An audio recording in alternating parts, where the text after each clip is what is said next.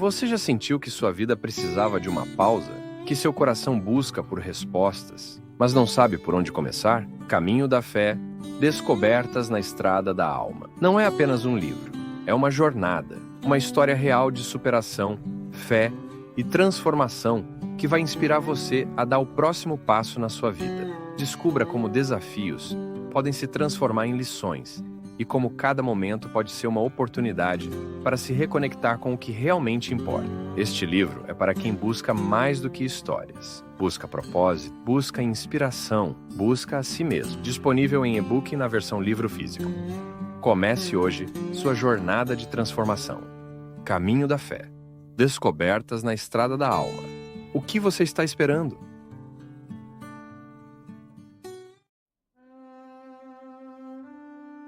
Meu Padre Fábio, sei que de uns tempos para cá estou desiludido com algumas coisas. Tenho perdido a vontade de ir à igreja, no Emaús e até de tocar o violão que tanto gosto. Para mim tudo parece ser forçado. Tenho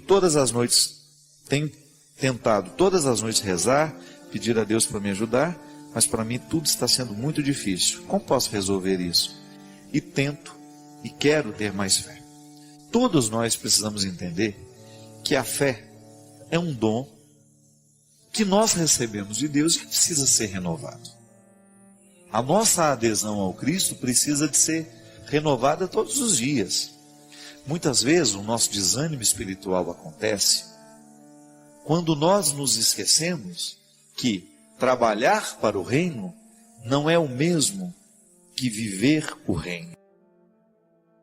Trabalhar para o reino faz parte, mas antes do trabalho é preciso a experiência de querer essa pertença. Deus não pode fazer absolutamente nada com as nossas obras se antes Ele não possuir o nosso coração. Muitas vezes o nosso esmorecimento espiritual, ele se dá pelo excesso de trabalho. Porque quando a gente trabalha demais, eu vou, toco na missa, canto, trabalho, faço, realizo, participo da equipe tal, eu corro o risco de achar que esse ativismo já é a minha participação. Eu corro o risco de pensar que toda a minha experiência de fé se reduz a essas atividades, mas não. A experiência de fé passa, antes de qualquer coisa, pela minha oração pessoal, pela minha vivência da palavra, pelo meu cultivo particular deste Deus que habita em mim, na minha experiência de conhecê-lo, de mergulhar cada vez mais no seu mistério. Agora, quando eu não tenho essa vida íntima com Deus e eu me limito a trabalhar por Ele, em pouco tempo o sentido vai embora. A gente se cansa, a gente se decepciona, a gente começa a achar que os defeitos das pessoas já são motivo suficiente para fazer a gente desistir. Por isso que eu sempre digo, o trabalho que a gente refaz dentro da igreja não é dar nada mais, nada menos que uma mera desculpa que Deus tem para mexer na nossa história. Porque quando eu estou trabalhando para Ele, eu tenho que me expor, eu tenho que lidar com os outros, e automaticamente, ao me expor e ter que lidar com os outros, os meus defeitos e qualidades vêm à tona. Aí é a oportunidade que eu vou ter de me melhorar o que eu sou. Não é verdade? Não posso esgotar a experiência que faço de Deus no trabalho que eu realizo. Porque senão nós vamos acreditar que estar lá dentro da igreja, fazer isso e aquilo, possa ser já motivo de salvação para nós. O meu trabalho dentro da igreja, dentro da pastoral, pode ser um instrumento de salvação. Ou, dependendo da maneira como nós trabalhamos, dependendo da maneira como nós lidamos com a missão que Deus nos dá, ela pode ser causa de condenação. É um perigo. Eu me recordo que logo quando fiquei padre, há uns 8 anos atrás, eu acompanhei um caso de perto de um senhor que se entusiasmou, teve uma conversão, foi trabalhar dentro da igreja. Em pouco tempo ele já era coordenador da comunidade. E eu comecei a acompanhar e a identificar que aquele trabalho começou a despertar dentro dele uma série de coisas que pertenciam ao contexto do homem velho. Aquele homem antes da conversão. o orgulho, a arrogância, começou a tratar mal as pessoas que estavam com ele, começou a achar que aquela autoridade que ele tinha dentro da igreja lhe conferia essas bobagens, né, que às vezes a gente acha, né? Às vezes a gente acha que a gente é alguma coisa, que a gente é importante demais. Essas bobagens que se a gente não cuida, cresce dentro do coração da gente. E a coisa foi avançando de uma maneira, gente, foi ficando tão destruidora aquilo para ele, que em um determinado momento ele quase agrediu uma pessoa dentro da sacristia, numa discussão acalorada lá, que ele queria ter razão na história. E eu presenciei a cena. Depois, com toda a liberdade que eu tinha com ele, eu disse: posso te dar um conselho? Deixe todo o trabalho que você faz na igreja. Você ainda não estava preparado para ter autoridade, nem tampouco para trabalhar para o reino de Deus. Você ainda estava vivendo o seu processo de namoro com o Senhor. Deveria ter vivido mais tempo. Porque se você não estiver verdadeiramente apaixonado por Jesus, nenhum trabalho seu poderá fazer bem. A ação humana, ela pode machucar. Se ela não estiver revestida de Deus, ela machuca, ela magoa, ela estraga. E isso pode parecer estranho, né? Um padre dizendo a um fiel que ele deveria, pelo bem de sua alma, deixar o serviço na igreja. E volte a participar das celebrações. Volte a ter o prazer de entrar dentro da igreja só para rezar.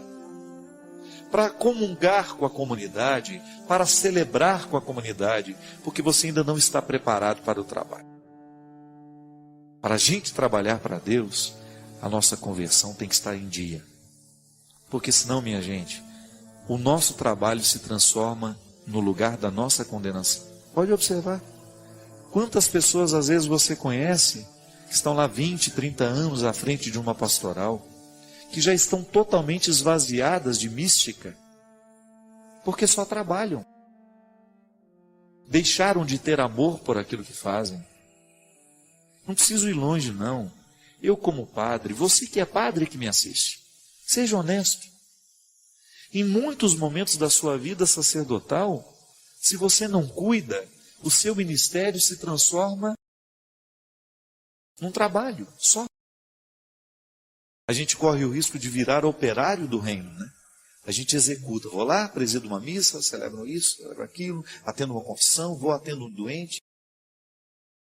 Se a gente não cuida, o nosso ativismo mata a nossa experiência mística. Às vezes é muito melhor, na igreja, a gente trabalhar um pouquinho menos e balancear o trabalho com a vida espiritual, com a sua vida de oração, do que você assassinar o seu processo místico pelo tanto que você se apegou ao trabalho e pelo tanto que você fez. E aí a gente deixa de dar testemunho, a gente deixa de fazer bem, não é? Você vai pesando o seu coração. Esse é o problema das nossas pastorais. Todas as nossas comunidades, eu não tenho medo de errar ao dizer isso. Todas as nossas comunidades estão sofrendo com o ativismo.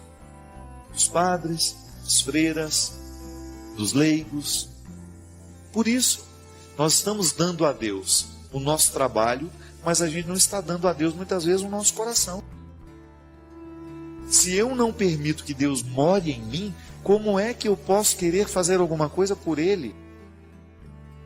Eu já vi em muitos lugares, graças a Deus diminuiu um pouco, né? Mas em outros tempos, dentro da renovação carismática, os servos, que são aqueles que usam os coletes, né, coloridos para diferenciá-los do povo, quantas vezes eu vi servos com extrema grosseria, arrogantes, porque achavam que aquele colete, ao diferenciá-lo, lhe colocava numa condição favorável. Não.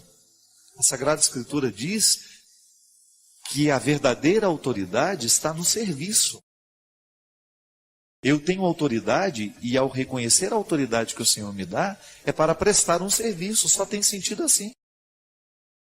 As nossas vidas em comunidade, meu Deus do céu, como é perigoso a gente virar um grupo de pessoas que moram juntas, mas que não tem sentido nenhum.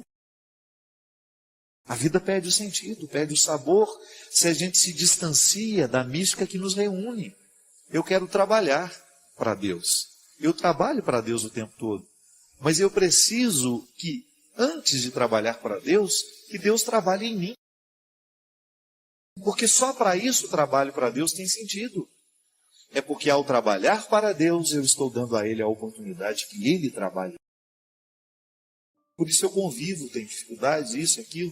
E no momento que essas dificuldades aparecem na convivência, porque nós somos todos humanos, a igreja é humana, ela é pecadora, no momento em que essas dificuldades aparecem, aí é que vai prevalecer o nosso espírito cristão ou não.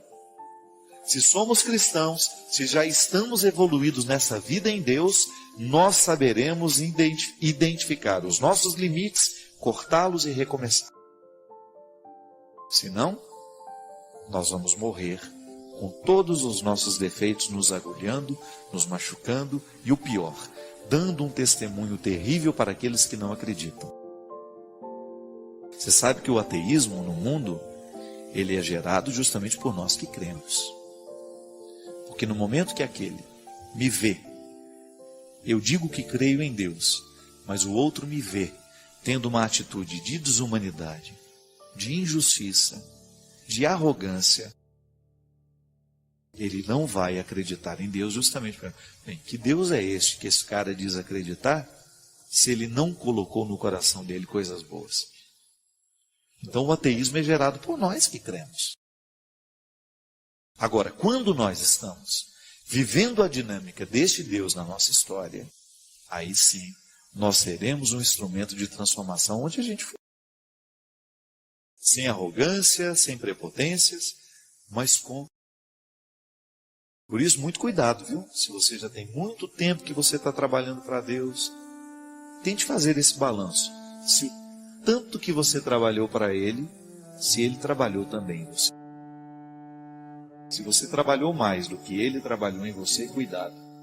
Pode ser que seu trabalho esteja sendo para você um instrumento de condenação e não de salvação.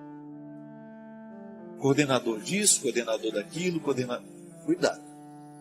O que vai contar no fundo, no último momento, é o quanto Deus coordenou você.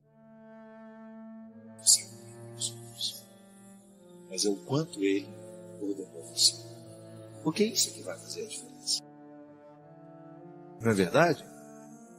O que vai nos salvar ao final de tudo é isso. É o tanto que a gente amou, é o tanto que a gente foi solidário, é o tanto que a gente foi verdadeiro, é o tanto que a gente foi fiel, é o tanto que a gente foi bondoso, harmonioso, gerador de harmonias, gerador de coisas boas. É isso que vai valer no final. Ou você acha que Deus estará lá com o seu currículo? Ah, foi coordenador da pastoral tal, foi coordenador disso, foi coordenador daquilo, papapá. Não creio. A partir do testemunho que Jesus nos dá, nós não temos o direito de crer nisso. Porque o Deus que Jesus nos ensina não é legalista. Ele é justo e amoroso. Ele é fraterno. Ele é eterno. E quer colocar em nós tudo isso. Então, meu filho, muitas vezes o desânimo vem. O desânimo do trabalho nasce. É porque nós já não estamos vendo mais os frutos de Deus na nossa vida. E não adianta nada eu querer que os frutos estejam no quintal do outro, se eu não promovo o crescimento deste mesmo fruto no quintal da minha casa. Mas é uma luta. Eu preciso viver essa dinâmica o tempo todo, eu preciso estar alerta, eu não posso brincar, porque senão eu também corro o risco de me esquecer de tudo isso, cair no ativismo. Muito obrigado pela oportunidade de entrar na sua casa, de entrar na sua vida, hoje para falar de um tema tão especial, tão importante nos dias de hoje. Todo mundo sente medo. O medo faz parte da vida humana porque nós o identificamos no momento em que nós sabemos que nós somos limitados. Há sempre uma expressão do medo onde há um limite. Nós aprendemos isso na vida prática, não é só na teoria. A teoria a gente vai escrevendo coisas, nós vamos lendo sobre isso, mas é na carne que a gente experimenta a força do medo. Você já deve ter experimentado muitas vezes. Quando você se sentiu pequeno diante da vida, diante dos acontecimentos, quando a vida parecia grande demais para caber dentro do seu coração. E aí você teve medo do futuro, do dia de amanhã, você teve medo das pessoas, você teve medo de você mesmo, você teve medo de enfrentar situações, você teve medo de cruzar fronteiras, de ir para outros lugares, de recomeçar um novo tempo. Você já teve medo de muita coisa. Você tem medo no momento em que você vai educar o filho, medo de não fazer do jeito certo, de não ensinar de um jeito certo. Você tem medo de altura, você tem medo de coisas práticas. Todos nós temos medo. É universal. E não é nenhum problema ter medo. Há alguns especialistas que dizem que o medo faz parte do nosso processo de sobrevivência. A gente sobrevive na vida porque a gente sente medo, porque ele também nos ajuda a ter cuidado com as coisas. Mas ele pode se transformar no obstáculo para a nossa realização, quando eles são maiores do que nós. Quando ele começa a reger a nossa vida, o medo se transforma numa situação nociva. Ele vai nos impedir de alcançar muitas coisas porque a gente teve medo de arriscar. A gente teve medo de ir além. E é sobre isso que hoje nós queremos falar.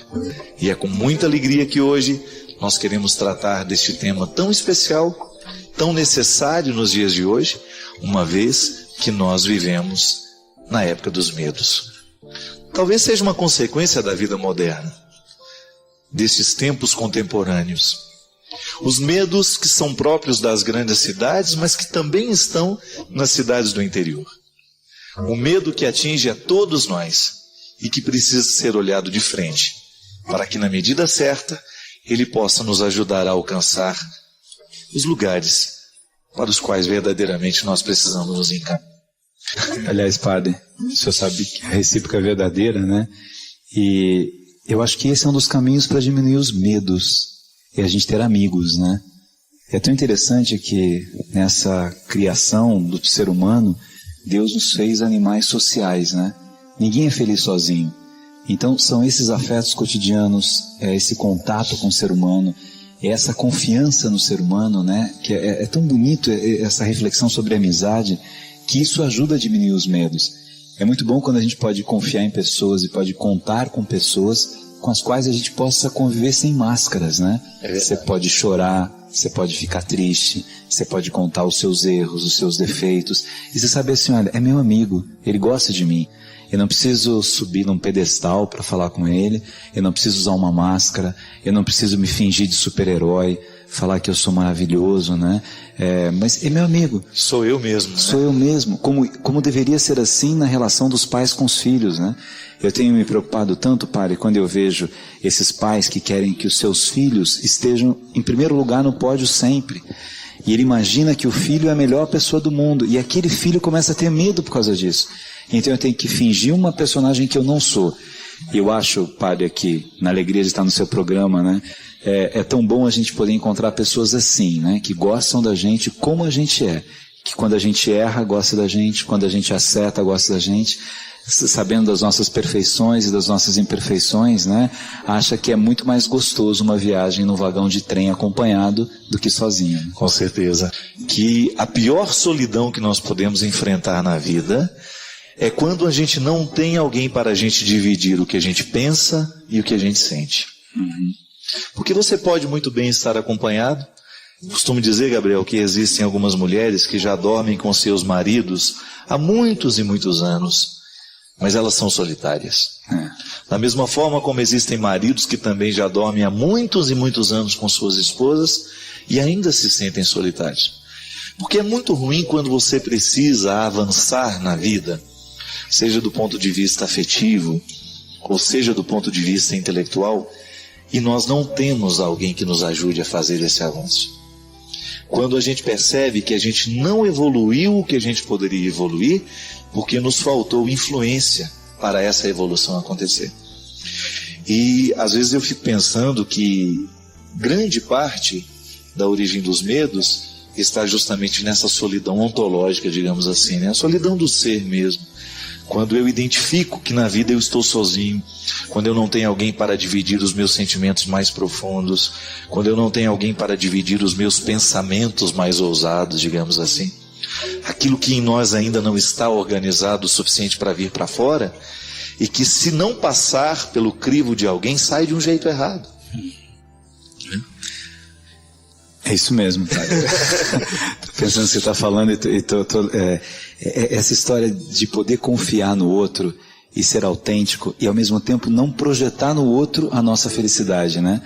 Teilhard de Chardin, que é um existencialista contemporâneo, filósofo importante, ele dizia o seguinte, que o começo das frustrações da vida se dá quando a gente projeta em alguém ou em alguma coisa a nossa felicidade.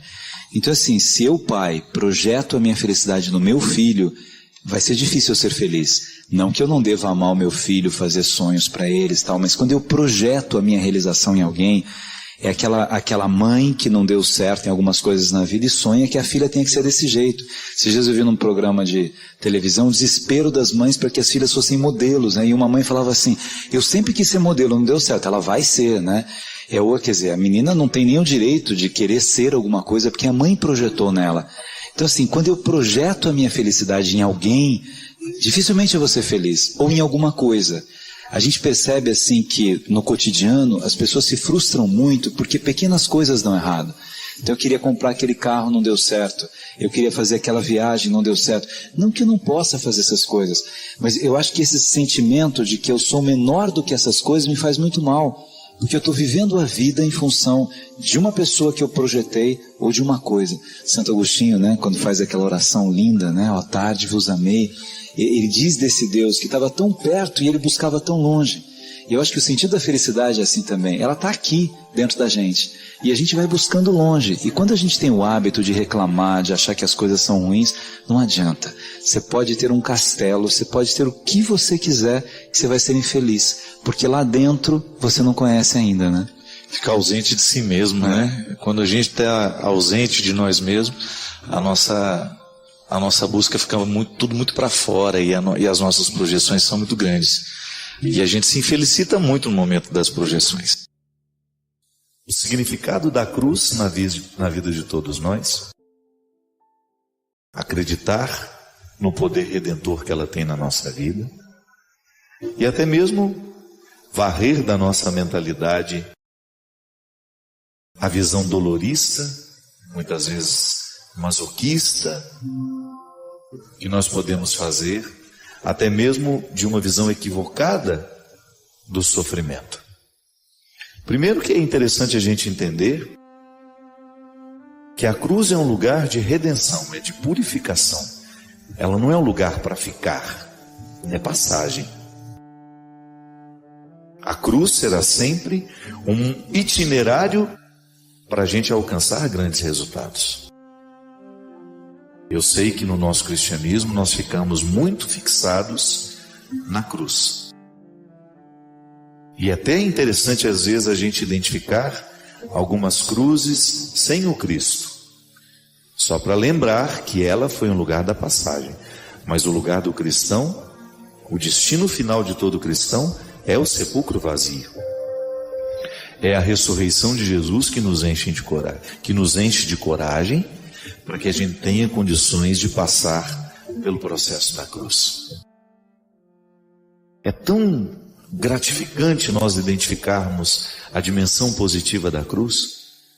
Eu, por exemplo, quando olho para trás e fico lembrando as noites de sono perdidas, por causa dos estudos, fiz 2 faculdades, uma pós-graduação, um mestrado, eu me dediquei muito tempo ao estudo.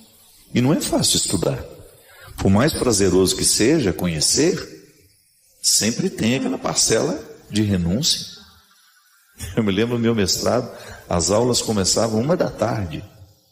Uma hora que a gente não tem condições nem de ler uma bula de remédio, né? Você estudar, você ficar sentado ouvindo até às 5h. Meu Deus do céu, não era brincadeira não. Era uma cruz. Mas o que eu queria com o mestrado? Só a titulação? Não. eu queria qualificar o meu ser padre. Um dia eu entendi e aprendi que a melhor maneira que eu tenho de viver o meu sacerdócio é buscando a água mais pura dele, tanto na dimensão espiritual, também na dimensão intelectual. E eu poder oferecer àqueles que passam pela minha vida uma água pura. Estudar para mim era uma experiência de cruz, sim, de prazer, mas sobretudo de cruz, que ela me fazia ter de estar, a experiência de estudar me fazia ter de estar em momentos que eu não queria estar. Você sabe o que significa isso na sua vida. É bem provável que você tenha um cotidiano muito mais exigente do que o meu. Eu trabalho muito, tenho uma vida extremamente dinâmica. E 70% disso é cruz. Graças a Deus tenho os 30% de satisfação. Viajar para mim não é fácil. Deslocamento para mim é muito doloroso. Essas idas e vindas me exigem muito, me retiram da minha rotina. Não me permitem ter rotina, na verdade. Isso é uma cruz para mim. Mas eu sei o que Deus alcança em mim e comigo através desse trabalho. Então é missão que eu realizo com muita alegria. Mas a cruz é a passagem, ela não é o lugar definitivo. Eu não vivo na cruz. Eu vivo experiências de cruz. O meu lugar é a ressurreição. O meu lugar é o sepulcro vazio. É no sepulcro vazio que eu faço a minha experiência de ser quem eu sou.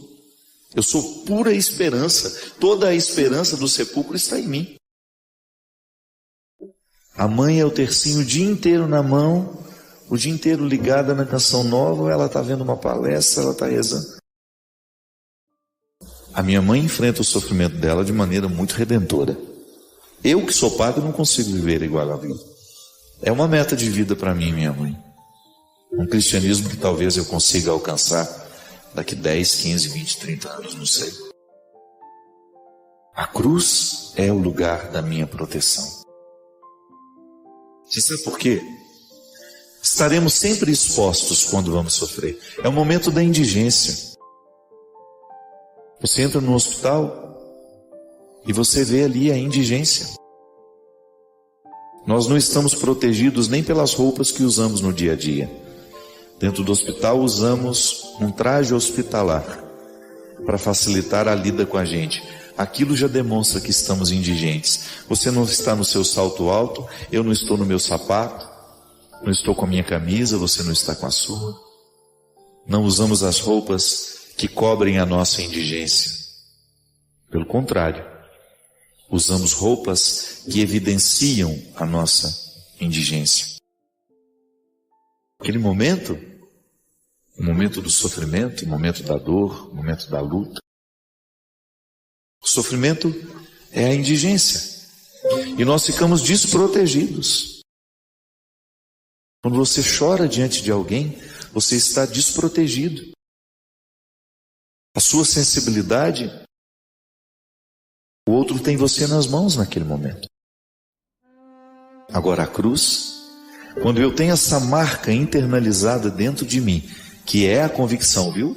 Não é a cruzinha pendurada, não. Isso é apenas um símbolo que nos remete à cruz que está configurada na nossa mente.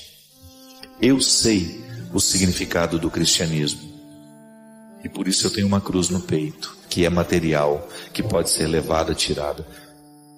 Mas a cruz que me identifica não é essa que está de fora. É o entendimento que eu já fiz da cruz, do significado do sofrimento na vida humana, à luz da fé. É a cruz que eu tenho internalizada na minha convicção. É essa que me protege. Porque ela não me deixa sozinho. Eu sei que Deus está comigo, porque o Evangelho me mostra isso. O tempo todo Jesus faz questão de estar ao lado dos que sofrem. Ele não faz questão de estar ao lado dos poderosos, dos saudáveis. Ele faz questão de ir andando atrás dos que precisam dele. A começar pelos amigos, pelos primeiros discípulos. Todos eles, gente como nós. Não procurou entre os sábios, não procurou entre os ricos, entre os preparados. Ele só pediu uma coisa: honestidade no processo. Sejam honestos. Aprendam comigo o significado de ser gente, de lidar com a indigência diariamente e de ter a oportunidade de, a partir dessa indigência, experimentar o que temos de mais sublime. Porque da cruz só nos brotam realidades sublimes. Às vezes levamos um tempo para identificar que era sublime. Mas o tempo, quando retira a poeira dos fatos, dos acontecimentos, a gente descobre o quão sublime foi o resultado de tudo aquilo que nós precisamos enfrentar. Quem tem síndrome do pânico sabe como é ruim sentir o que a gente sente. Como é difícil às vezes a gente não ter coragem de fazer as coisas mais simples. Quando você tem medo do trivial da vida. Porque o rito, ele é absolutamente necessário. O rito da vida. O ritual. E às vezes o pânico, a depressão nos coloca indispostos ao rito. O rito do dia a dia. Você fica desencorajado para ir, para fazer, para falar. Sempre, minha gente, nos últimos anos, as coisas mais simples que eu precisava fazer, eu achava que eu não ia dar conta. Tinha uma missa, eu ia me aproximando do local e eu não vou dar conta de fazer. Precisava ir ao aeroporto para pegar um avião. Achava que não ia dar conta de pegar o avião e chegar até o lugar. Sabe quando você precisa pensar em cada fase do processo? E em cada fase do processo você acha que é pesado demais para você?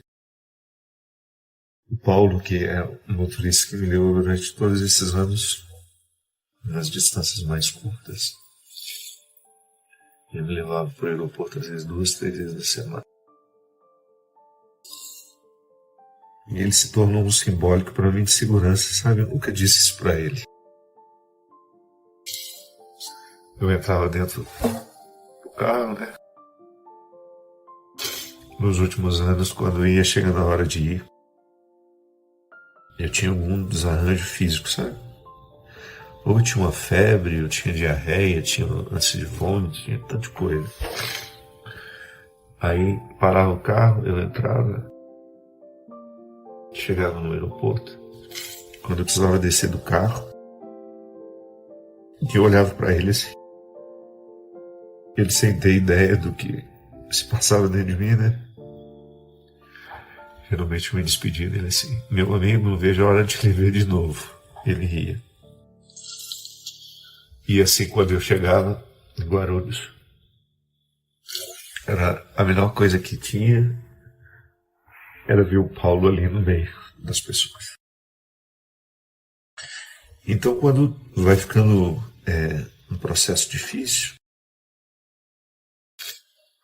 quando tudo vai ficando penoso para você, desgastante, por mais que você veja sentido em tudo aquilo que você faz, há uma ordem, né, sendo dada. Há uma ordem sendo dada dentro de você. Muda.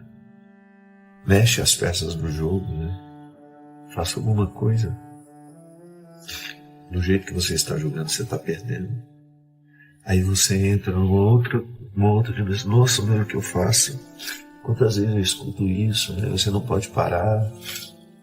Seu trabalho é muito importante. As pessoas mesmo para quem eu pedi ajuda.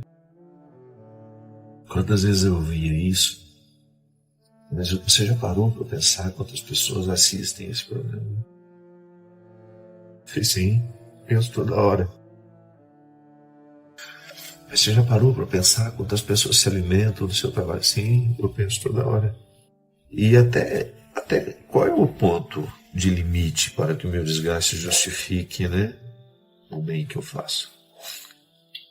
Ou o bem que eu faço. Existe um limite para eu interpretar como importante?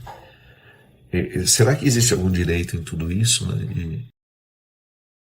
De que em algum momento eu possa pensar em mim, sem tanto pensar naquilo que eu estou fazendo pelos outros? É difícil, né? É uma reflexão difícil, é uma matemática difícil de ser feita. Porque é uma pessoa famosa, mas é um padre que escolheu dedicar-se aos outros, que escolheu dedicar a vida a essa missão que é árdua. Eu sei que tem padres que têm uma vida muito mais difícil que a minha, mas muito mais. E ali eu, olhando para mim, para a vida que eu tenho, identificar que um cansaço extremado que pode ser que quando eu contar para o outro eu tenha até um pouco de vergonha. Mas estou. Não tem como inventar uma outra situação. E aí essa oportunidade que eu estou tendo de estar presente na vida do povo, sem necessariamente precisar enfrentar os meus medos. Tem sido bom, sabe? Mas também é perigoso. É perigoso porque eu não posso me acomodar a isso. Eu não posso me adaptar aos meus medos. Eu sei que você também não pode se adaptar aos seus medos.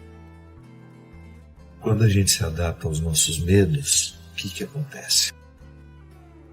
Coragem faz as malas e vai embora, porque você está adaptado aos medos. Toda hora que eu preciso me enfrentar, eu tenho que pegar uma coragem aqui dentro, que eu não sei onde está, em que lugar ela existe. Então, se eu fico adaptado aos meus medos, é como se eu desse a propriedade da minha vida aos medos. Então, eu estou aqui com pessoas que não me causam medo, que não têm expectativa, porque isso me desgastava no meu dia a dia. Quando você sai da sua casa, você sabe que o tempo todo você será solicitado. No primeiro momento isso é tão bom, mas depois isso é tão pesado. É como se você estivesse o tempo todo num estado de vigilância, porque absolutamente nada em você poderá falhar. As pessoas não estão geralmente preparadas para as nossas falhas. Elas estão com uma expectativa de que nós vamos corresponder às suas esperanças. Então, eu estando aqui, rodeado de pessoas que não me causam esses medos, porque não têm expectativas em mim, comigo, por mim, me veem como eu sou, me amam como eu sou, eu posso ficar adaptado, né? Mas e se de repente isso ficar tão confortável que eu não queira mais outra coisa? Então aí é isso que eu tenho pensado muito, sabe? Eu acho interessante, Ziza, porque a própria vida está sendo a minha doma. É sempre a dona vida, que, né? que me amansa, né? A própria vida faz o movimento de nos amansar. Quando você vai percebendo que... Sofrimento é providência, né, Fabinho? Demais, demais. Quando você começa a viver a dinâmica do tempo. Quando você permite... Você que está assistindo a gente, está ouvindo essa conversa, né? Eu espero que você esteja se incluindo, porque tudo isso fala da sua vida também. Quando nós vivemos a dinâmica do tempo, quando nós compreendemos o tempo que temos, a gente naturalmente vai ficando mais dócil. A gente vai ficando mais dócil. Eu acho que tem um movimento de aceitação na alma, quando a maturidade vai chegando, que não é uma aceitação que é sujeição diante das coisas que eu não posso mudar, mas é uma aceitação, é como se eu fizesse as pazes com as minhas circunstâncias. Eu me alio à minha circunstância de alguma maneira que Eu aceito e eu entendo que na aceitação está uma sujeição ao que é divino, sagrado, maior, único na minha vida. Isso me ajuda tanto, porque muitas pessoas, por exemplo, me perguntam como que eu consigo fazer tantas coisas ao mesmo tempo. Eu sempre penso, eu não brigo com todas elas. Você não fica... Eu acho que tem um quê de sermos pacificados com o tempo, né? Com o passar do tempo. E a gente deixa de ter expectativas que nos provoquem discussão com as coisas da vida, né? Com as pessoas, com as circunstâncias, com a realidade, comigo, com o meu corpo, com o meu biotipo. Acho que o tempo vai me ensinando a viver uma paz real, concreta, integradora, e é a porta da minha felicidade real, é onde eu estou em paz, assim, eu não preciso de nada. É aquela história da frase do Martim, né, Valverde? Rico é aquele que precisa de muito pouco para ser feliz, porque é uma pessoa integrada, rica de sentido, né? É uma coisa que... Aí você entende o espírito pobre dos santos, aí você entende o voto de pobreza, aí você entende um São Francisco, uma Santa Clara, os santos que a gente admira. Como que a pessoa viveu isso? Mas acho que foi um processo de maturação da alma e que precisou de podas. Imagina, Francisco, para ser líder de tantos, ele era filho do trovão também. Uma Teresa d'Ávila, uma mulher forte.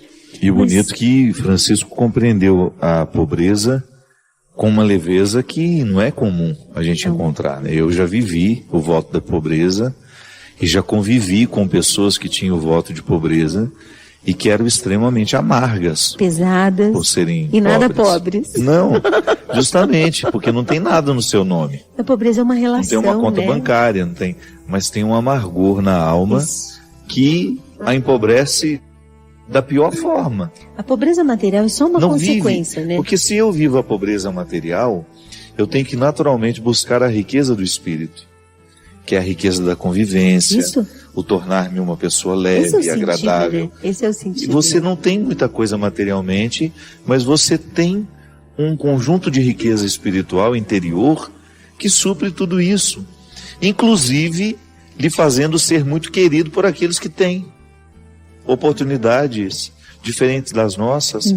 Eu me lembro quantas vezes eu encontrei pessoas que não eram ricas e que viviam melhor que as pessoas ricas.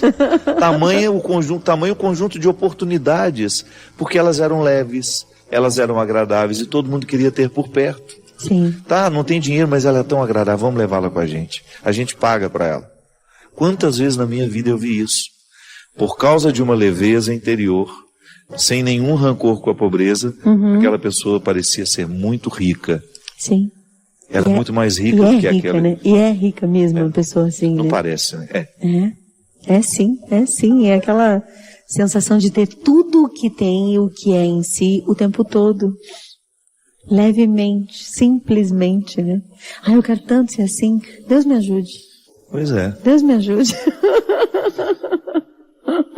Só continuar pedindo que ele seja o guardião, né? E a gente ficar atento àquilo que ele guarda. Né? Porque eu, quando estou atento ao que Deus está guardando, eu me torno um parceiro dele nessa guarda. Eu gosto muito daquela expressão que você usa, acho que é de Santa Teresa, né? De baixar a porta do castelo. Sim. E de levantar a porta do castelo. Isso é ser guardião de si. É você ter a exata percepção daquilo que precisa ser continuado, daquilo que precisa ser aberto, mas daquilo que também precisa ser terminado e fechado. Fechado, protegido, esperado, silenciado. A gente tem direito, né? Porque às vezes a gente é educado na igreja de que o cristão ele tem que dizer sim e amém para tudo. Não, o cristão forte mesmo, ele diz não. Você lembra que no auge do meu sofrimento, dessa crise que eu tenho enfrentado, você me ligou oferecendo ajuda e eu honestamente disse, Isa, eu estou num momento que ainda estou com a porta levantada. Estou solidificando. Não estou para receber visita ainda. Isso é bom. É bom você ter a consciência do que você é capaz. E você não se violentar. E também não ser obrigado a dizer sim, ser livre para dizer não, né? Não, dizer não significa que eu não amo. Justamente. Né? Uhum. Ter esse espírito livre, amado. Lamber as feridas, né? Eu acho bonitinho, eu tenho lá as minhas crianças e eu fico vendo como elas se lambem para curar. É um processo de cuidado um com o outro. Processo. E no momento, a metáfora do lamber as feridas, ela é muito sugestiva, porque é como se eu estivesse retirando todo o processo infeccioso. Dando-se tempo. Dando tempo. Cuidado. Purgando literalmente aquilo que está excessivo em mim, aquilo que está me inflamando, aquilo que está trovejando dentro de mim e que tantas vezes me torna uma pessoa insuportável aos outros. Porque uma das preocupações que eu tenho em de viver com muita responsabilidade a minha conversão é que eu não quero ser insuportável aos outros. Eu acho tão ruim quando me deparo com uma pessoa insuportável, com uma pessoa difícil, que a primeira coisa que me ocorre é, gente, eu não quero ser assim. Já é um bom começo, meu pai. Já é um bom começo, não é? Já é um bom começo. A gente, na viagem, a gente veio falando, né, às vezes de pessoas que erram na mão, do tanto que se expõem, da maneira como se expõem. É um sinalizador para a gente. Eu não quero ser assim também. Eu quero ter o ponto de equilíbrio, eu quero saber até onde me é justo chegar, até onde é de direito ir. E é ouvir-se, né? Ouvir-se corajosamente, assim. Esses dias eu estava com o Agostinho Agostinho Busato, lá em Curitiba, e ele dizia: ouça seu coração com coragem. Ele é sábio, mas você precisa ouvir. Precisa ouvir. Com coragem e comprometimento com você mesma. Que nesse compromisso é a terra fértil para um compromisso com Deus verdadeiro, né? E acho que a gente só se cuida se a gente se ouve. É isso mesmo. Tem que se ouvir.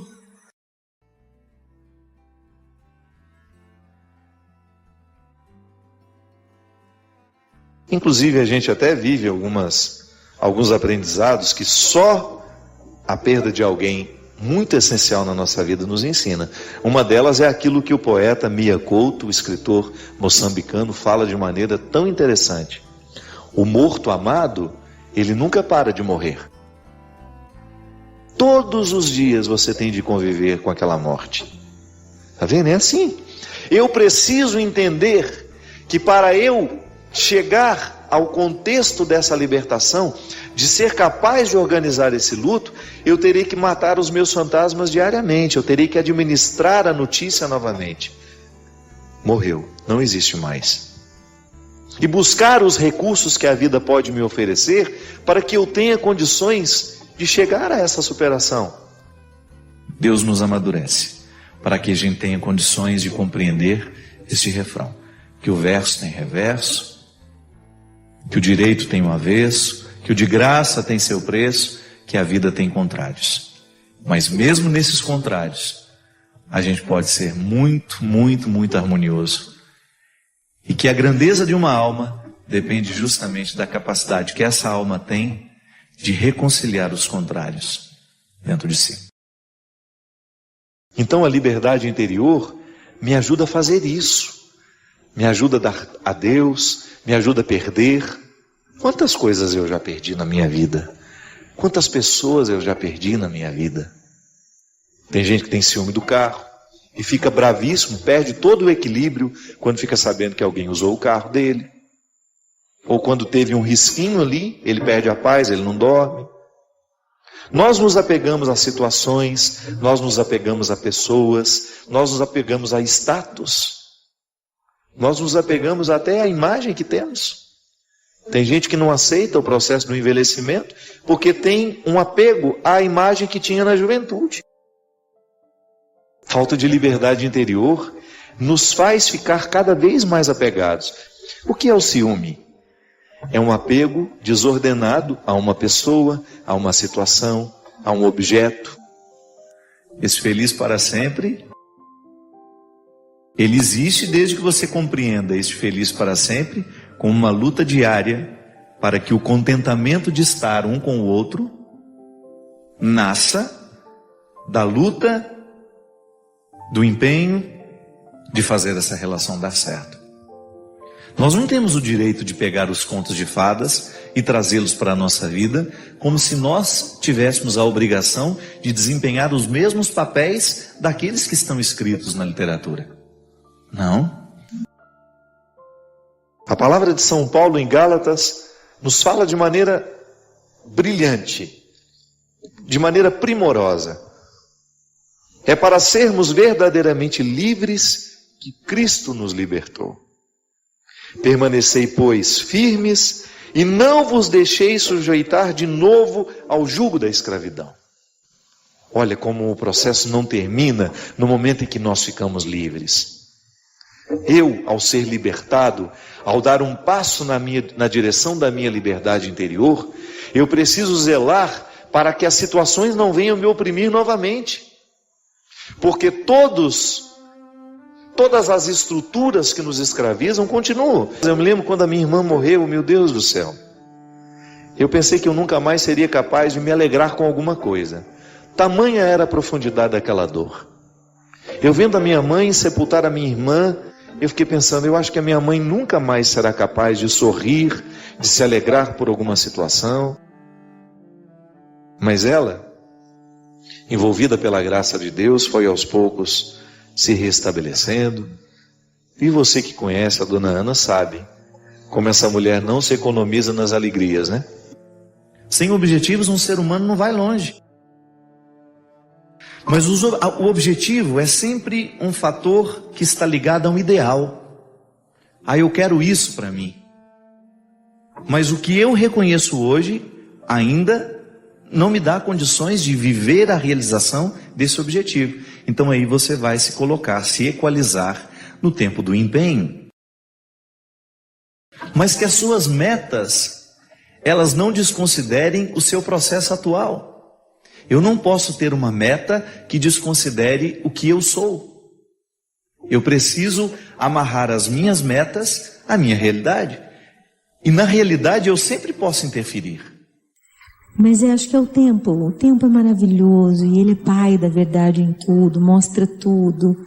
Nada disfarçado dura, né? O tempo mostra os nossos excessos, né? Ele desmentia as nossas mentiras. Ele é danado. Você que nos acompanha em casa talvez esteja se identificando um pouco com essa conversa, porque também você, nas instâncias da sua vida, se sente também muitas vezes prisioneiro dos seus sentimentos mesquinhos, daquilo que há de mais primitivo em você. Essa oportunidade que a gente tem aqui de lembrar, de recordar que o cristianismo é o convite diário de nós acessarmos essas dimensões primitivas. E é por isso, minha gente, que eu gosto de frisar sempre que o contexto da religião tem de ser o contexto do amadurecimento humano. Nós não podemos dobrar os nossos joelhos no chão para rezar a Deus, esquecendo as nossas causas. Nós não temos o direito de viver uma mística que nos aliene, que nos impeça ou que nos prive de pensar as questões humanas. Nós não temos o direito de viver um relacionamento com Deus que não nos coloque na obrigação diária de olhar para aquilo que nós estamos vivendo, para aquilo que nós estamos escolhendo, para aquilo que nós estamos pensando. E dar uma limpada nesses excessos, né?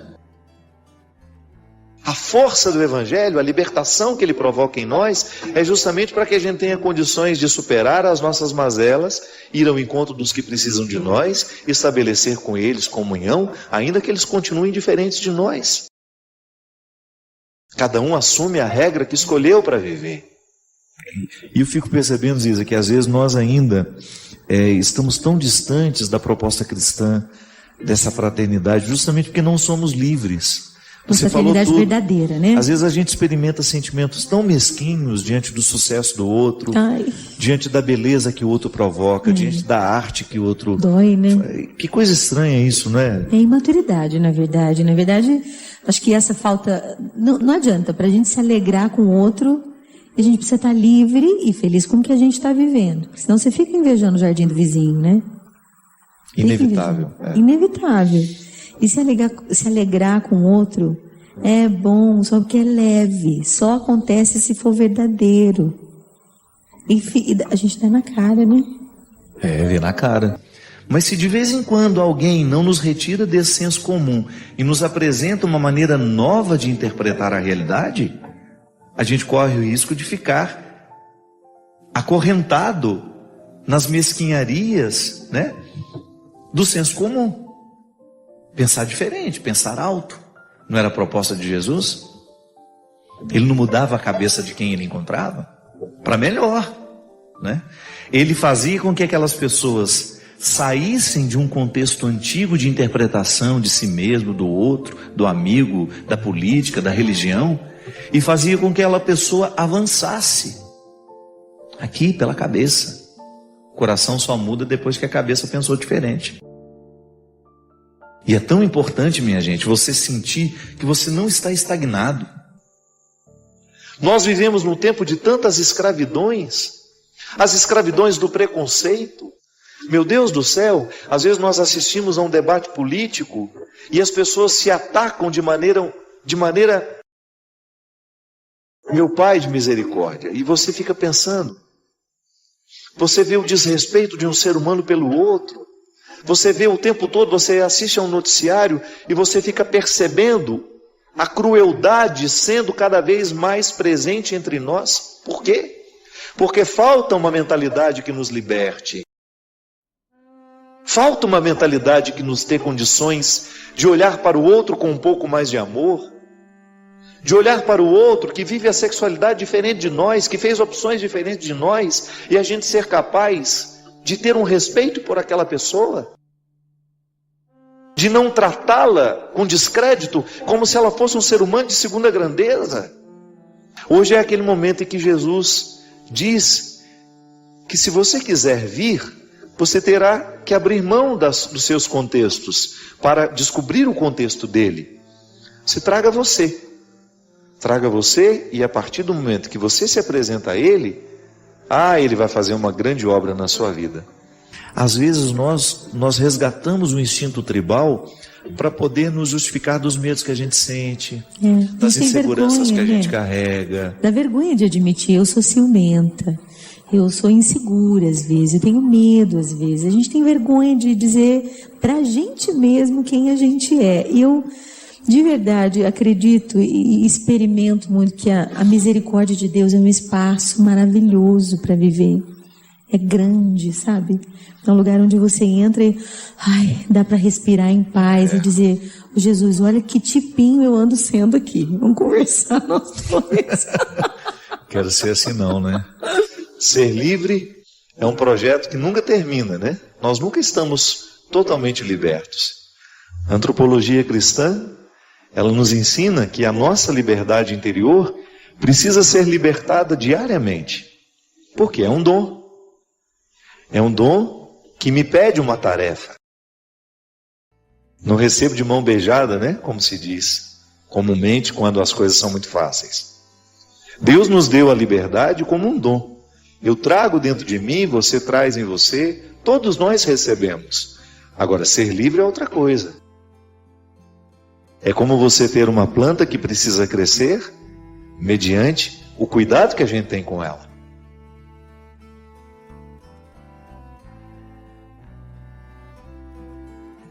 É com muita felicidade que me deparei com o seu programa. Fiquei mais próximo de Deus e mudando a minha vida. Porém, não consigo conversar com Deus como um amigo, pois ainda temo a autoridade dele. Como se eu precisasse marcar dia e hora para um papo franco. Como fazer para ser de fato um amigo e confidente de Deus? Digo que apesar de não frequentar a igreja, há muito tempo procuro levar uma vida cristã e correta. Obrigado por tudo que você tem feito na minha vida. Luiz, você tocou numa questão muito interessante. Durante muito tempo, né, a experiência religiosa, a compreensão de Deus, sobretudo no Antigo Testamento, está diretamente ligado a um Deus guerreiro. Está diretamente ligado a um Deus dos exércitos, aquele que está à frente, com todos os escudos, destruindo os inimigos, né? O povo de Israel faz um pouco essa experiência. Um pouco não, bastante, né?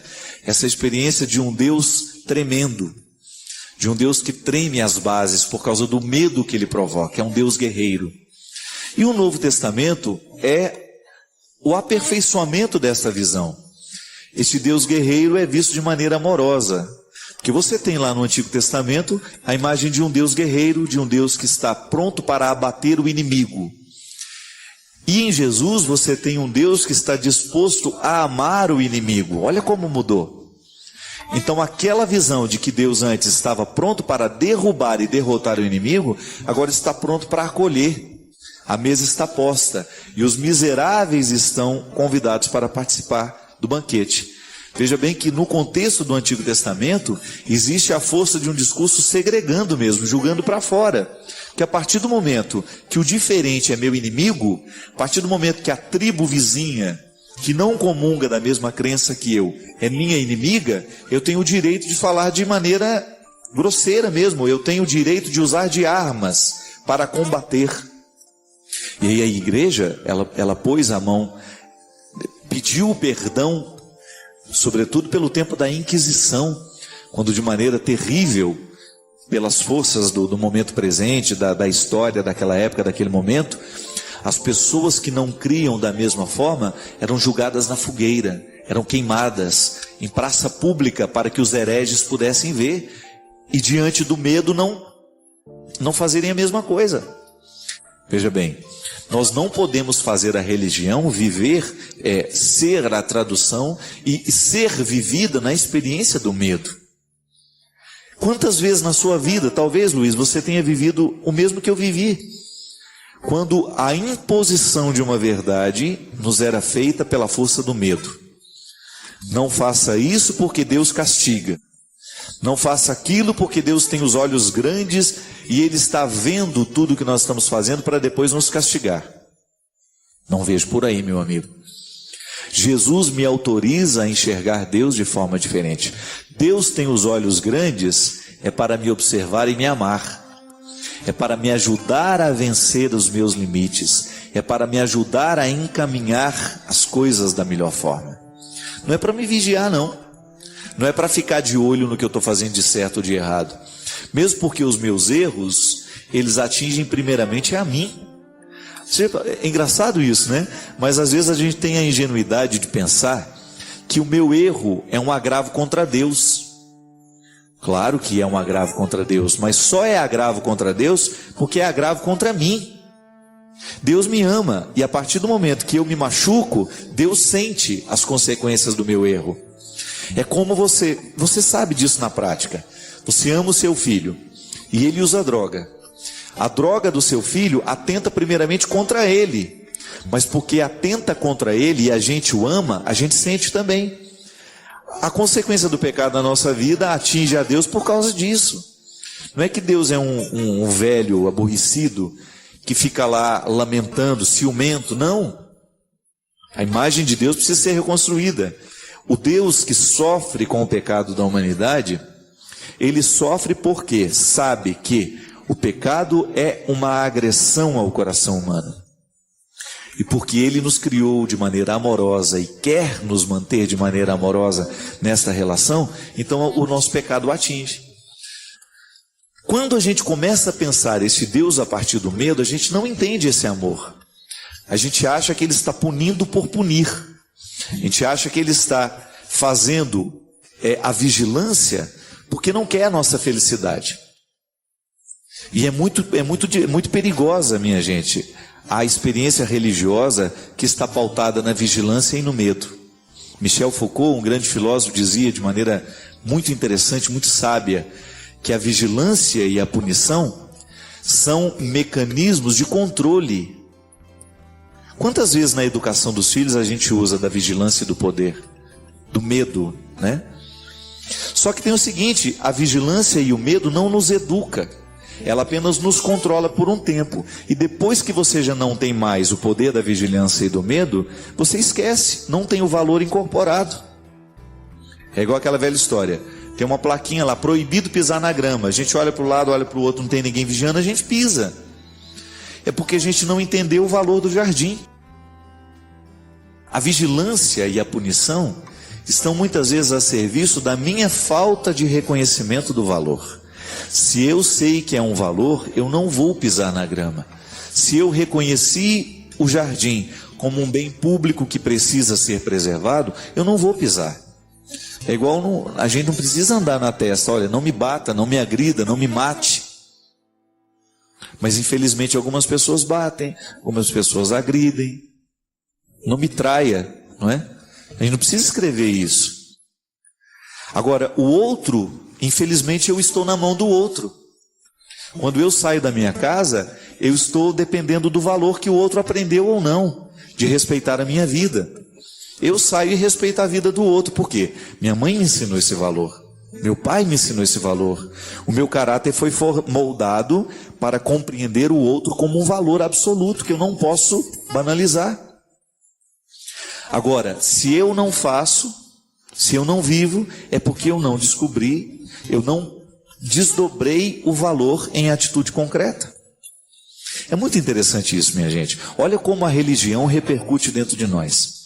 A partir do momento que Deus, para mim, é amor, e eu o compreendo assim, eu vou aprender a lidar melhor com as minhas fragilidades. Porque eu sei que Deus não está pronto para me punir, Ele está pronto para me corrigir. A correção, ela condensa o amor. Muitas vezes a punição não. Ser punido nem sempre condensa a experiência do amor. Muitas vezes eu não consigo viver e reconhecer no amor, na experiência do outro, naquilo que o outro está fazendo por mim, o seu amor. Por quê? Porque muitas vezes está uma dose exagerada de punição. Quando na verdade o amor é que me faz perceber que a atitude do outro é para o meu bem. É como você receber lá uma correção fraterna de alguém que não ama você. Receber uma correção fraterna de alguém que tem uma arma na mão é horrível. Que coloca na sua cabeça, né? Metáfora isso, não estou dizendo uma arma de verdade. Muda, faz isso, papapá. E se você não percebe que existe uma expressão amorosa naquilo, você não vai ouvir, você não vai dar atenção. Agora, quando você percebe que o conselho que você está recebendo está carregado de afeto, de interesse por você, aí é diferente. Você começa a abrir o ouvido, prestar atenção no que o outro está dizendo. Por isso que é muito bom você ter pessoas que façam parte do seu processo humano com profundidade. Não são apenas pessoas que estão do seu lado, mas são pessoas que têm acesso ao seu coração justamente para dizer aquilo que você precisa ouvir, de maneira amorosa, de maneira calorosa. Quantas vezes eu já disse isso aqui, minha gente? O grande problema não é o que a gente diz, mas é a forma como a gente diz. Muitas vezes nós usamos a palavra certa do jeito errado. Ou muitas vezes usamos a palavra errada, mas do jeito certo. Mas não pode. Eu não posso ter essa confusão. A religião repercute em nós neste momento. Qual é a visão que eu tenho de Deus? Pode observar. As pessoas elas vão agir de acordo com a imagem que elas têm de Deus também. Se elas serão misericordiosas, se elas serão julgadoras, se elas serão preconceituosas, tudo isso está diretamente ligado à experiência que nós fazemos de Deus. E é por isso que o mundo precisa ficar melhor a partir do cristianismo, porque Jesus reconfigura esta imagem. Deus não é um guerreiro, Deus é um pai amoroso. E porque Ele é um pai amoroso, Ele nos ensina a sermos irmãos fraternos. O pai que me ama, me ensina a ser irmão fraterno. Por isso, Luiz, a sua relação com Deus vai melhorar a partir do momento que você reconstruir essa imagem dentro de você. E é possível, meu amigo. Nós não precisamos morrer acreditando no Deus guerreiro. Leia os evangelhos, mergulhe no mistério dos evangelhos, entre na beleza dessas passagens, desse Jesus que nos revela a face amorosa de Deus. É o melhor jeito de você reconstruir essa imagem, muitas vezes terrível, que você tem de Deus. A Adélia Prado, a obra dela, é muito marcada pela religiosidade. Já falei isso aqui várias vezes, né? E é bonito quando você percebe na obra de Adélia esta visão de um Deus terrível sendo ressignificado. Quando o Deus terrível passa pelo crivo do amor agora. E é por isso que nós dizemos de maneira bonita, Jesus é a hermenêutica do Pai. O que é hermenêutica? É a interpretação, a ciência da interpretação. Então você só pode interpretar o Antigo Testamento a partir do Novo. Jesus é a hermenêutica, é a regra de interpretação. Você não pode interpretar o Antigo Testamento sem a conexão com o Novo. Porque senão a gente vai achar que a gente tem direito de matar os inimigos da gente. Que nós vamos ter o direito de apontar as armas para a tribo vizinha e matar só porque eles são diferentes de nós. Olha os problemas religiosos no mundo. Estão diretamente associados a esta intolerância. Quando nós não temos uma imagem de um Deus amoroso, nós corremos o risco de ter uma imagem de um Deus guerreiro, que nos autoriza a luta, que nos autoriza a agressividade, que nos autoriza o espírito tribal. E o espírito tribal não constrói sociedade, minha gente. A sociedade só pode ser verdadeiramente construída a partir do espírito fraterno, que nos permite olhar para o diferente de maneira amorosa e acolhê-lo, mesmo sendo ele diferente de nós. A gente sente na pele, a gente sabe, pela própria experiência, o quanto é bom na vida a gente fazer a experiência da libertação. É muito triste a gente ser condenado. Você sabe muito bem, porque você já deve ter experimentado alguma espécie de condenação na sua vida. A condenação, ela nos aperta o coração, ela aprisiona o sentido da vida. A gente perde a graça. Pode observar.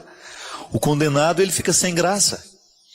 Ele perde as esperanças muitas vezes. A condenação tem o poder de fazer ficar miudinha a esperança dentro de nós. A condenação tem o poder de aprisionar os nossos sonhos, de aprisionar as nossas expectativas, e nos reduz muitas vezes. O ser humano que está condenado, ele está reduzido. Se a liberdade nos abre as portas para as possibilidades, a condenação nos fecha. É como estar preso. Aquele que está preso, ele está reduzido nas suas possibilidades. Pode até não estar reduzido nas suas possibilidades de ir além através do pensamento, mas o corpo está reduzido. A condenação é uma espécie de redução. Faz com que aquilo que antes era grande se transforme em realidade pequena. Mas a gente também sabe que, quando nós passamos por uma experiência de condenação, há sempre a possibilidade da redenção. O que é a redenção? Alguém que está numa situação desfavorável é retirado dela. O Redentor é aquele que vem resgatar o condenado, que vem emprestar um novo tempo àquele que antes só vivia de tempos velhos. O Redentor é aquele que possui a chave, que pode abrir as prisões, que cercam, que cerceiam, que impedem, que reduzem. E às vezes, minha gente, o Redentor vem portando a palavra. Eu tenho experimentado na minha vida isso. Como é bom a gente fazer a experiência de redenção através de uma palavra que nos liberta. De repente a gente se sente ali aprisionado pelos problemas da vida, pelas dificuldades que são próprias de todo mundo. E de repente alguém diz alguma coisa que exerce o poder de nos libertar, de nos resgatar, de nos fazer sair da condição de desfavorável e respirar com um pouco mais de ar, com um pouco mais de volume de ar, digamos assim. O Redentor é aquele que vem ajudar o que está condenado a se redimir, a abandonar o processo da escravidão. O Redentor é aquele que empresta um sentido novo àquele que está se alimentando de coisas antigas. A redenção pode nos vir através de um gesto, através de um olhar. É interessante como um olhar pode ser redentor, salvífico. Você já deve ter experimentado isso.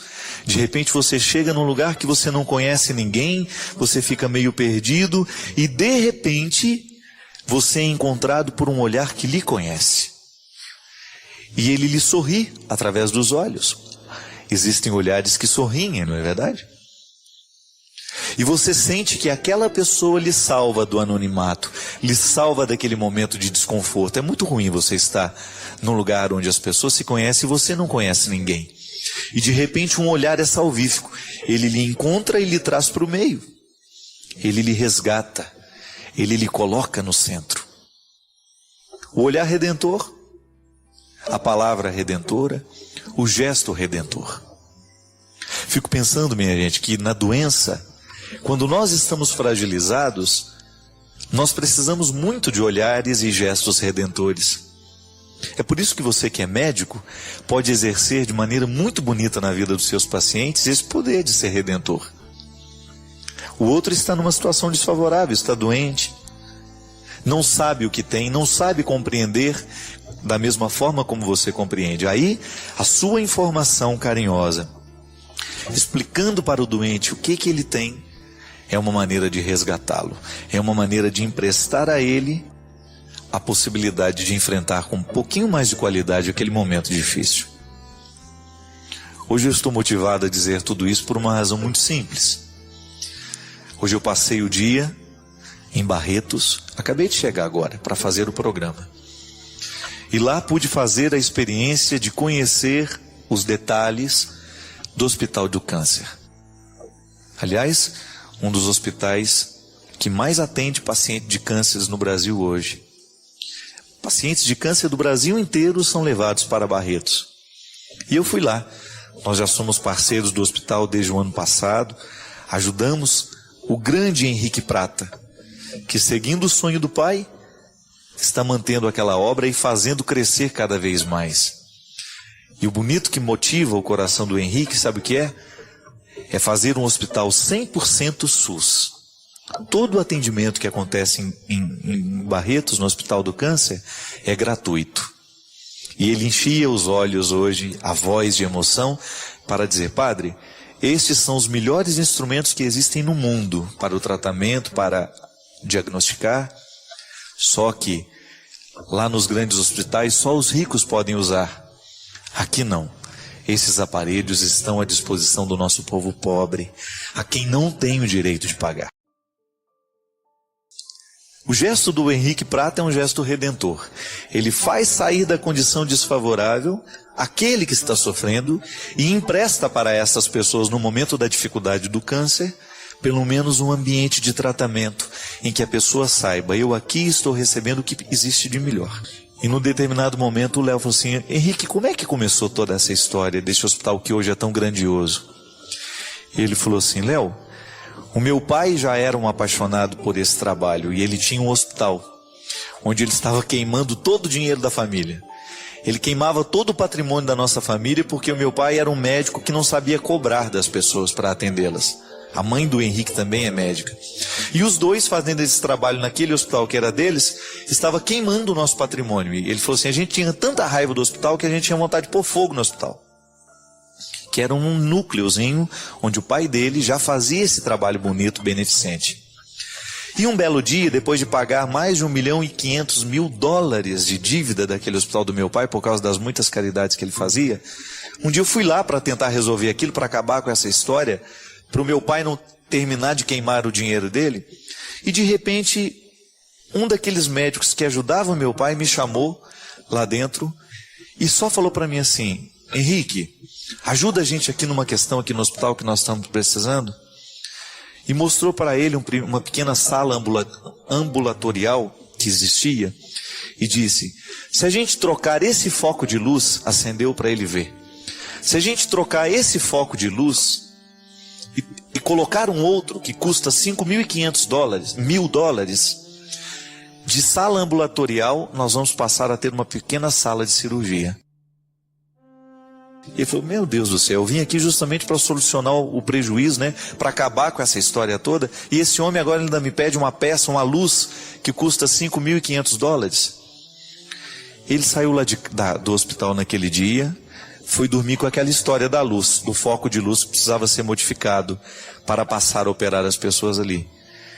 E no outro dia, minha gente, ele já acordou, consciente de que ele tinha diante dele uma missão.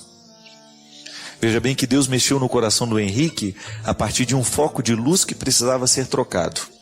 Um fraco para ser trocado por um potente que poderia iluminar uma mesa de cirurgia. E foi assim que nasceu esse grande hospital do câncer que atende o Brasil todo. E eu achei aquilo tão bonito que eu fiquei pensando lá no fundo do meu coração, né? Trocar uma lâmpada mudou a vida de um homem. Ele descobriu que é possível salvar as pessoas de maneira muito concreta. E o grande objetivo do Hospital de Barretos é oferecer cada vez mais ao paciente e também aos familiares dos pacientes um acolhimento. Assim como o senhor Lael Varela faz lá em Muriaé também, quando fui conhecer o Hospital do Câncer, que também nasceu de uma mística de uma dor. A família Varela se dedica a esse hospital, oferecendo também serviço qualificado, atendimento aos pacientes de câncer, da oncologia, e oferecer também aos pacientes, aos familiares dos pacientes um lugar. E hoje lá, nas muitas preocupações que o Henrique tem, de salvar o paciente, de salvar a família, de dar um conforto àquele que sofre, ele me falou assim, inclusive, padre, criamos também um espaço para os motoristas das ambulâncias. E fiquei pensando, é verdade. Quantas vezes os motoristas levam, pacientes de uma cidade para outra, o motorista da prefeitura, chega lá, coloca o paciente dentro do hospital e ele mesmo não tem onde ficar, não tem onde descansar, não tem onde tomar um banho. Às vezes viajou a noite toda, vai ter que viajar a noite toda também cansado. E a sensibilidade desse tal Henrique Prata, que deveria nascer 1000 Henriques por dia nesse mundo, com a capacidade de ser um homem redentor nos dias de hoje. Isso é cristianismo, minha gente. As escolhas que nós fazemos, a maneira como nós escolhemos educar os nossos filhos, a escolha que nós fazemos, como nós vamos comandar o nosso lar, tudo isso é determinante para a nossa satisfação ou insatisfação do futuro. A gente até dizia, o pessoal do Twitter, que é para quem eu quero mandar um grande abraço, dizia, retuitaram muito essa frase lá. A vida... Deus perdoa sempre, o homem às vezes, a natureza nunca. E é assim. A vida, aquilo que a gente escolheu, um dia vai cobrar de nós. Quando nós precisamos chorar esses choros profundos, o jeito é tentar descobrir o que a gente pode consertar hoje. O grande problema é que a gente descobre, muitas vezes, que já não há muito o que fazer, Há uma coisa na formação dos filhos, minha gente, que chama-se caráter. Isso é determinante. O que é o caráter? É tudo aquilo que foi marcado, é aquilo que foi deixado na cabeça, no coração, e que nos identifica como pessoa. Quando a gente fala, nossa, essa pessoa tem caráter, isto é, ela não precisa ser vigiada. Ela tem um bom alicerce. Quando vem uma ventania e quando vem uma coisa que vai destelhando e vai arrancando tudo, só fica no chão aquilo que tem bom fundamento. A vida é a mesma coisa. De vez em quando os vendavais sopram sobre nós e a gente sente as nossas estruturas resbalarem. Quanto mais firmado está o caráter da pessoa a partir de bons valores, de realidades que foram bem construídas, maior será a capacidade que essa pessoa vai ter de resistir e de ficar de pé. Qual que é o grande problema do mundo de hoje? A fragilidade das pessoas. Eu fico impressionado, gente. É terrível como a gente identifica isso o tempo todo. A vida é difícil hoje do mesmo jeito que era difícil há 50 anos atrás. O que muda são, muitas vezes, as oportunidades. A gente tem muita possibilidade hoje, então é claro que nós vamos sofrer um pouco mais. Quanto maior é o número de possibilidades que uma pessoa tem, maior é o número de escolhas que ela vai ter que fazer. Então o ser humano de hoje precisa ter muito preparo para dar conta de sobreviver. Mas as dificuldades existem, desde que o mundo é mundo. Agora, o que eu fico assustado é perceber o quanto que as pessoas estão frágeis nos dias de hoje. Entregam os pontos muito facilmente. É impressionante o quanto que hoje nós não estamos dispostos a viver os sacrifícios que a vida nos pede. E eu acho que essa é a raiz do grande problema. Educar um filho, trazer um filho para o mundo... A pessoa traz o filho para o mundo, mas ela quer continuar vivendo do mesmo jeito que vivia quando não tinha filhos. Isso é muito irresponsável. Outro dia eu estava vendo aquela moça da televisão, Astrid Fontanelli, que é a apresentadora de TV, naquele mesmo programa onde eu conheci a Flor de Lis. Ela adotou um garoto.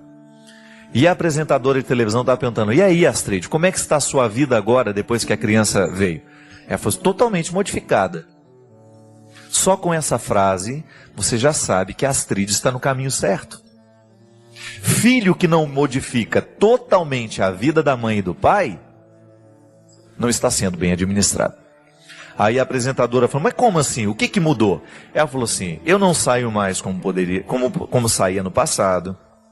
Esse garoto precisa ser olhado o tempo todo. Eu não confio isso somente às babás. Eu faço questão de ficar com ele o tempo maior que eu puder. Por quê? Minha gente, vai ter ascendência sobre o filho, sobre a criança, aquele que tiver mais tempo sobre ela. Aquele que estiver mais tempo com aquela criança. Então veja bem, por mais que você confie nos cuidados físicos da babá, você sabe que a babá não vai deixar morrer asfixiado, você sabe que a babá vai dar a comida na hora certa, você sabe que a babá vai dar o banho na hora certa, vai colocar para dormir na hora certa. Mas e o caráter? Quem é que vai deixar nessa criança? A babá ou você? Será que as nossas babás estão preparadas para oferecerem o caráter que os seus filhos precisam? Às vezes estão. Às vezes elas estão até mais preparadas que os pais. Mas nem sempre isso é uma realidade. O caráter é que vai determinar é que vai ajudar este menino e esta menina a fazerem as escolhas da vida. A gente fica assustado como hoje os nossos filhos estão indo muito cedo para as drogas. Claro. Os nossos filhos com 11, 12 anos, eles já estão vivendo vida de adultos. Não estão preparados para a vida adulta, mas já estão podendo viver a vida de adulto. Nós já falamos aqui tantas vezes, né? Eu particularmente acho que é uma agressão contra os nossos filhos quando nós os expomos a um período da vida para o qual eles não estão preparados. Criança tem que ser criança. Adolescente é adolescente. Não pode viver, não pode antecipar no tempo aquilo para o qual eles não estão preparados. Isso é crime. E é por isso que colocou o filho no mundo, comece agora a administrar esta permanência dele no mundo. Porque se esse filho não der certo depois, nós não vamos ter como olhar para uma outra pessoa. Quem é a grande responsável? Quem é o primeiro responsável pela educação dos filhos? É pai e mãe. É claro que você vai ter uma série de colaboradores. A escola onde ele vai estudar, a creche onde ele vai ficar, os amigos que vão rodear, mas tudo isso também é você que administra.